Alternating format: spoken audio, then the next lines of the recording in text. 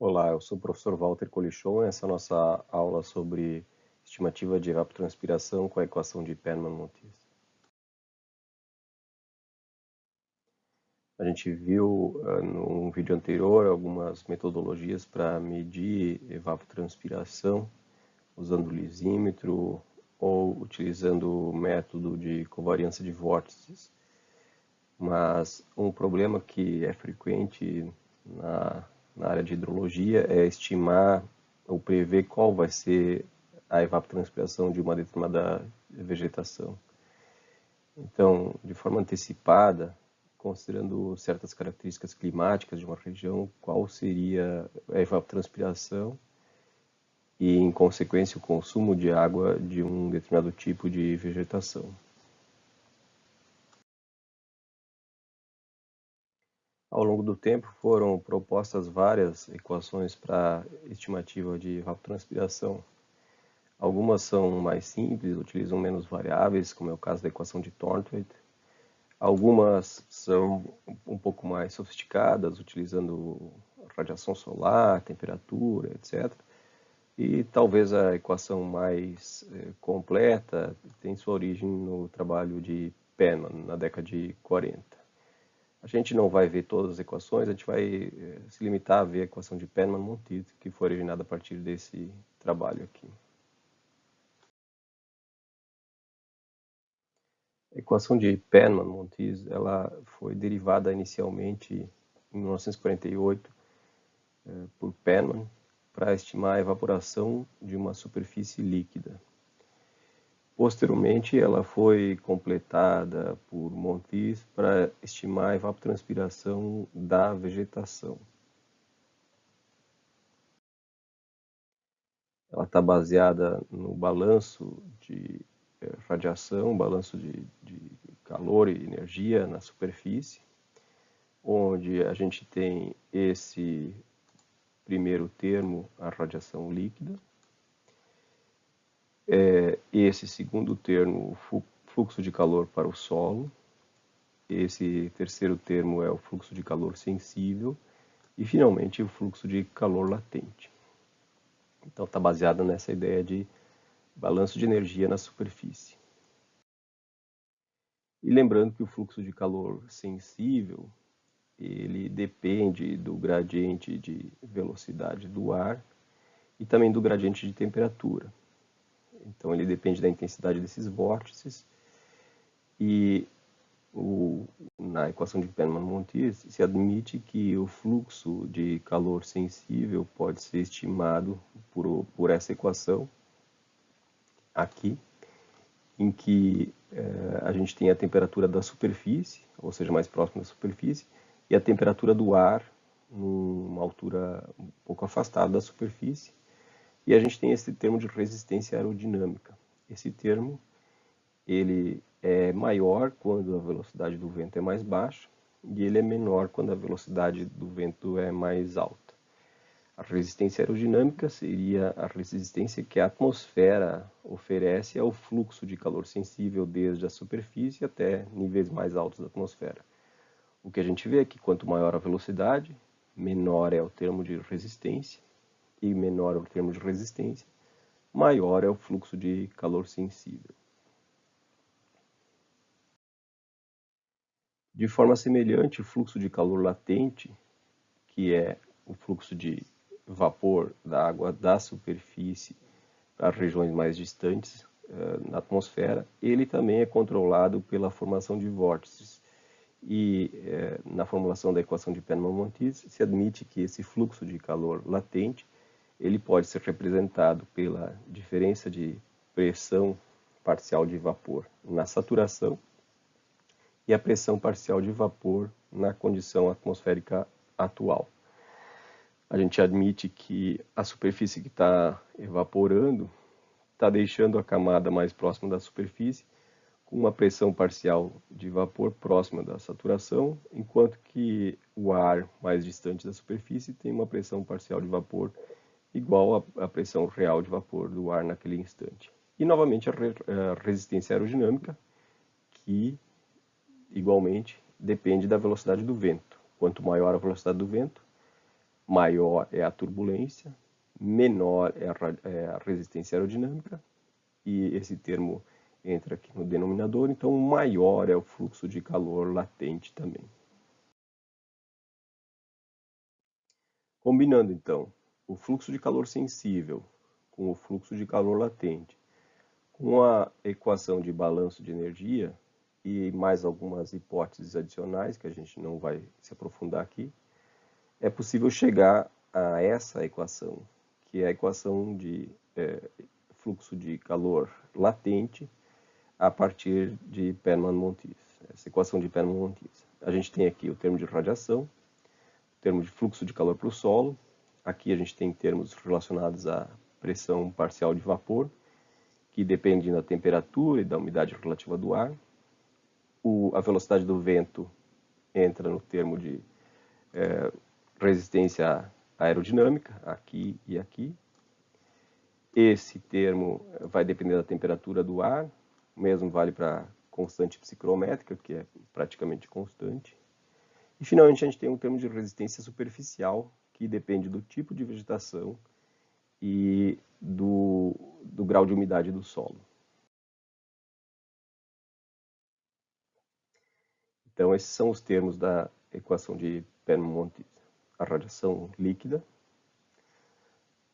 o fluxo de calor para o solo, a massa específica do ar, o calor específico do ar, a pressão parcial de saturação, a pressão parcial de vapor, a resistência aerodinâmica, a derivada da curva que relaciona a pressão parcial de vapor com a temperatura, a constante psicrométrica e a resistência superficial, aqui que depende do tipo de vegetação e do grau de umidade do solo.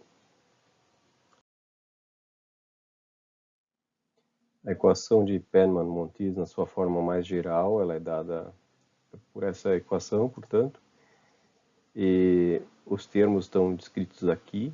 Né? Ela aparece como a equação 8.6, lá no capítulo 8 do livro de Hidrologia para Engenharia e Ciências Ambientais.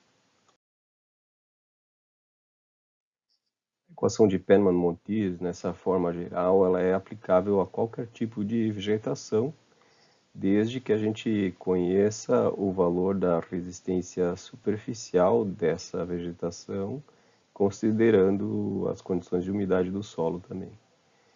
E também a resistência aerodinâmica, que depende do tipo de vegetação.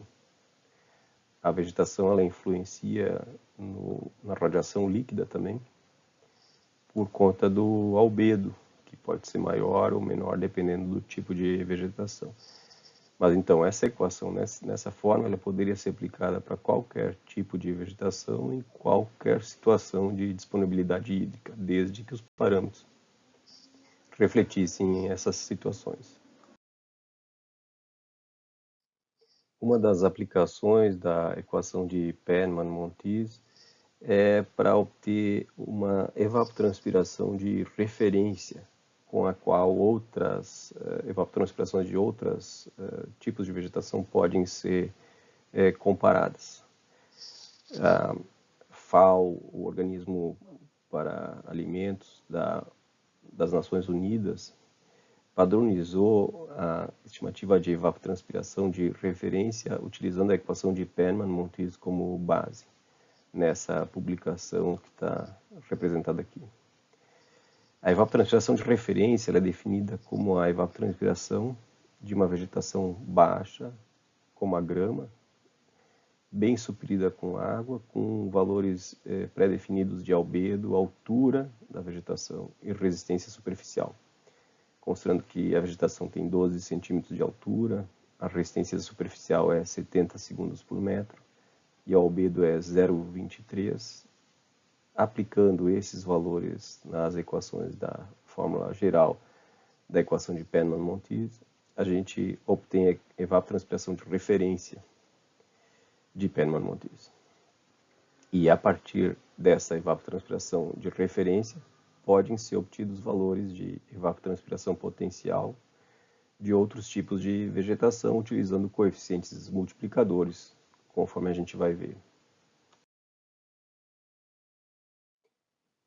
Considerando a vegetação de referência, então, a equação de Penman-Montis ela se reduz a essa forma, em que a velocidade do vento entra aqui, a radiação líquida aqui, fluxo de calor para o solo nesse termo, e também a pressão parcial de vapor aqui e a temperatura do ar. Os outros termos eles são semelhantes à equação original de Penman-Montis. Para aplicar essa equação, são necessários dados de radiação, de temperatura do ar, radiação, temperatura do ar, umidade do ar e velocidade do vento, desejavelmente em intervalo de tempo diário ou horário. Dados para estimar a evapotranspiração potencial por Penman-Montis estão disponíveis no Brasil. O Instituto Nacional de Meteorologia ele mantém estações meteorológicas em todo o país. Existem atualmente estações automáticas que medem todas as variáveis necessárias para aplicar a equação. São estações como essa, ilustrada nessa figura, que estão espalhadas por todo o Brasil. A gente tem locais com maior densidade, tem locais com menor densidade de estações. Tipo de informação que está disponível nessas estações automáticas são dados horários das diversas variáveis. Nesse caso aqui, temperatura, ilustrando aqui na estação 902, codificado aqui, que fica na cidade de Tangará da Serra, no Mato Grosso. A gente tem a variação horária da temperatura. Mais adiante a gente vai ver mais detalhes sobre esses dados do Instituto Nacional de Meteorologia. Para entender como a gente usaria a evapotranspiração de referência, a gente pode imaginar alguém que pretende plantar café numa determinada região, por exemplo, nessa região do Mato Grosso, e precisa ter uma estimativa do consumo de água para irrigação. Então, o que ele precisa saber é a evapotranspiração do café nessa região do Mato Grosso. Ele pode buscar dados de uma estação meteorológica localizada numa região próxima, e a partir dos dados da estação meteorológica, são os dados de clima, com os parâmetros da vegetação de referência, ele pode estimar a evapotranspiração de referência utilizando a equação de Penman-Montis nesse formato. Mas essa aqui não é a evapotranspiração do café, é a evapotranspiração de uma grama de referência, não é o que a pessoa realmente precisa. Agora, em outros locais, talvez aqui, alguém já tenha feito medições tanto da evapotranspiração do café como da evapotranspiração de referência, e é possível unir essas duas informações e calcular a razão entre a evapotranspiração do café e a evapotranspiração de referência. Essa razão é chamada de coeficiente de cultivo, ou KC. Usando esse fator, é possível estimar a evapotranspiração do café neste local, no Mato Grosso, a partir da evapotranspiração de referência desse local, com dados climáticos desse local, e do KC, coeficiente de cultivo, calculado em outra região.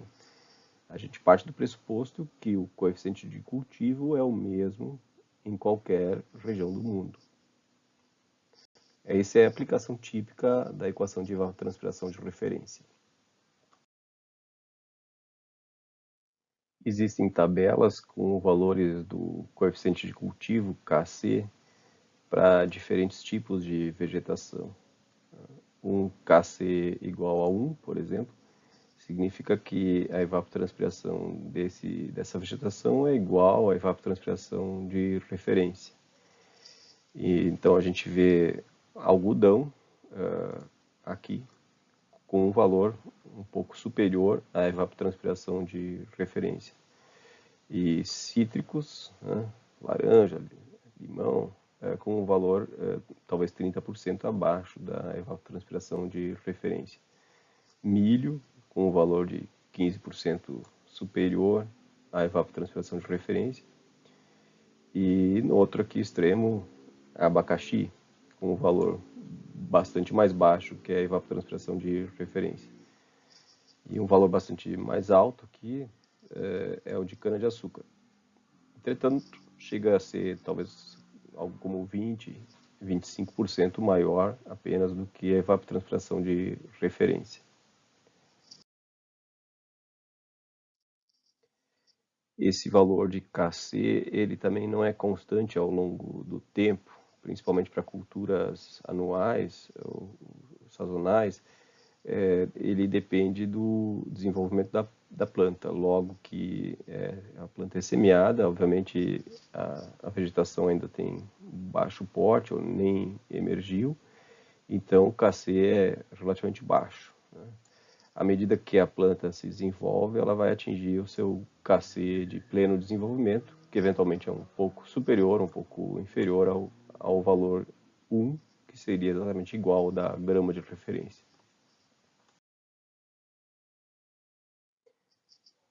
Um exemplo de aplicação da equação de evapotranspiração de referência.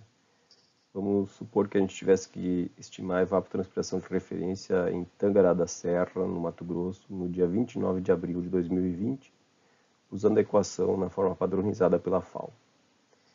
Por que a gente faria isso? Porque a gente precisaria saber a demanda de água de uma determinada cultura. Então, estimar a evapotranspiração de referência é o primeiro passo para estimar demandas de água para a irrigação, caso a irrigação seja necessária.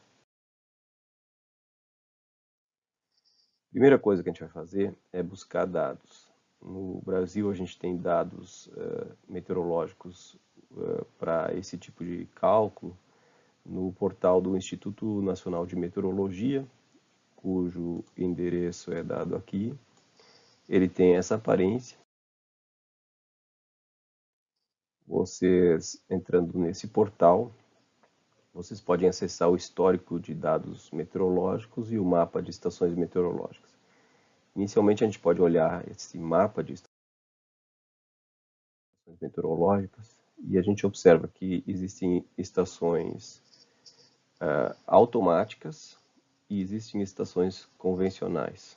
Tá? Em alguns locais existem as duas. Em outros locais só existem estações convencionais e outros só existem estações automáticas. A gente vai procurar na região que a gente está analisando, Tangará da Serra, a estação meteorológica automática mais próxima. A gente tem uma estação nesse local, aqui tem algumas informações, o código, a gente tem a latitude, a longitude, a altitude e os últimos dados medidos. E a gente também pode acessar gráficos e tabelas. Voltando ao portal, a gente pode, aqui em dados meteorológicos, clicar no histórico de dados meteorológicos. E a gente vai baixar os dados do ano de 2020, que o enunciado pede qual a evapotranspiração de referência no dia 29 de abril de 2020. Clicando aqui, a gente vai fazer download e ele vai baixar os dados de todas as estações automáticas do Brasil e a gente vai selecionar aquela que nos interessa depois.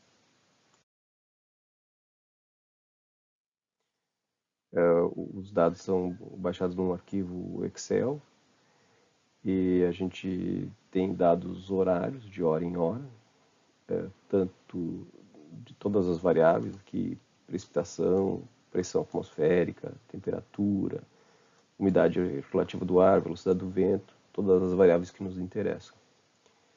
Outro detalhe é que os dados estão com horas aqui em horário de Greenwich. Essa sigla UTC significa que o horário é o horário de Greenwich. Então, 0 horas de Greenwich no Mato Grosso significa que é 20 horas do dia anterior. Há 4 horas de diferença entre o horário de Greenwich e o horário local lá em Tangará da Serra.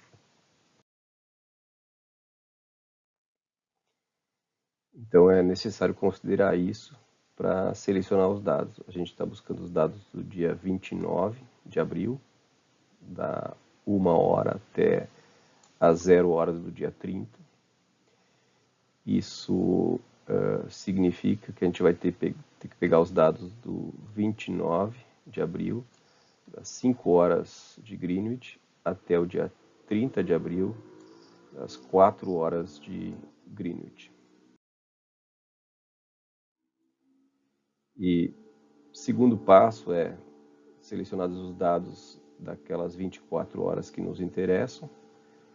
Nem todos esses dados vão ser realmente necessários para o nosso cálculo de evapotranspiração de referência diária.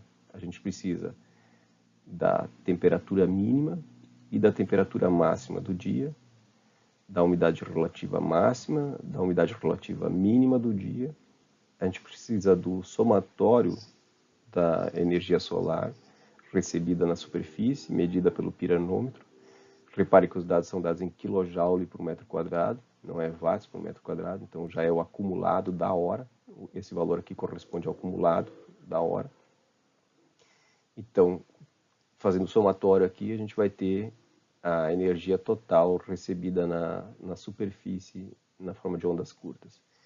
E, finalmente, a gente vai calcular a média de todos os valores de velocidade do vento, que nos interessa realmente é a velocidade média do vento ao longo do dia. Outros dados que vão ser necessários para os cálculos são a latitude da estação meteorológica. Esse dado pode ser obtido diretamente no mapa, clicando sobre a estação meteorológica, e ele vem junto também no arquivo. Essa estação está na latitude menos 14,65. Essa é um formato de latitude em graus decimais. Então, menos 14,65 é a latitude de Tangará da Serra, a estação automática. Menos 14 significa, o número negativo significa que é no hemisfério sul. A gente também precisa da altitude da estação meteorológica para os cálculos de pressão atmosférica e o albedo da vegetação de referência, que é 0,23, de acordo com a padronização da FAO. Finalmente, a gente precisa da constante solar também, para calcular qual seria a radiação numa situação de atmosfera transparente, e o fluxo de calor para o solo, que a gente já vai admitir que é igual a zero, ou seja, não há fluxo de calor para o solo para simplificar o nosso cálculo. Os demais passos para esse cálculo não vão ser apresentados aqui no vídeo, mas tem que ser buscados no material suplementar que vai ser disponibilizado na forma de um texto em PDF com todos os cálculos nesse exemplo para Tangará da Serra.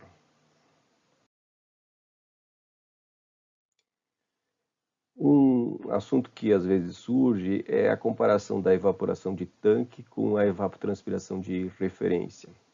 A questão é, será que a evaporação de tanque tipo A pode ser utilizada para estimar a evapotranspiração de algum tipo de vegetação? E a resposta é sim, existe relação entre essas variáveis, mas não é exatamente a mesma coisa. Esse gráfico mostra de um trabalho de Centelhas e Folegatti, aqui de 2003, o resultado de uma comparação num determinado local, em Piracicaba, em São Paulo, a evaporação de tanque no eixo horizontal aqui versus a evapotranspiração de referência no eixo vertical. Se fosse exatamente a mesma coisa, a gente teria uma linha 45 graus aqui, mas o que a gente observa é que para um dado valor de evaporação de tanque, a gente tem um valor menor de evapotranspiração de referência. Nesse caso aqui, talvez seja uns 50% maior a evaporação de tanque do que a evapotranspiração de referência. Os autores fizeram aqui um ajuste, né, que corresponde, então, a evapotranspiração de referência corresponde a 71% da evaporação medida em tanque.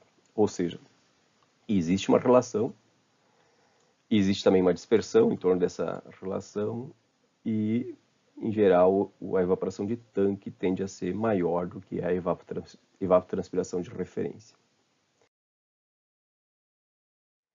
Então, resumindo a aula desse vídeo, a gente teve a apresentação da equação de Penman-Montis, a origem dela, as equações que entram na sua derivação. A gente viu que ela pode ter uma forma geral e uma forma particular, que é usada para estimar a evapotranspiração de referência de uma grama bem suprida de água, e que essa evapotranspiração de referência pode ser usada para estimar a evapotranspiração de outros tipos de vegetação usando um fator chamado coeficiente de cultivo, o Kc. Esse Kc varia ao longo do tempo e a gente viu alguns detalhes sobre um exercício de cálculo de evapotranspiração de referência utilizando dados tipicamente disponíveis no Brasil. Até mais.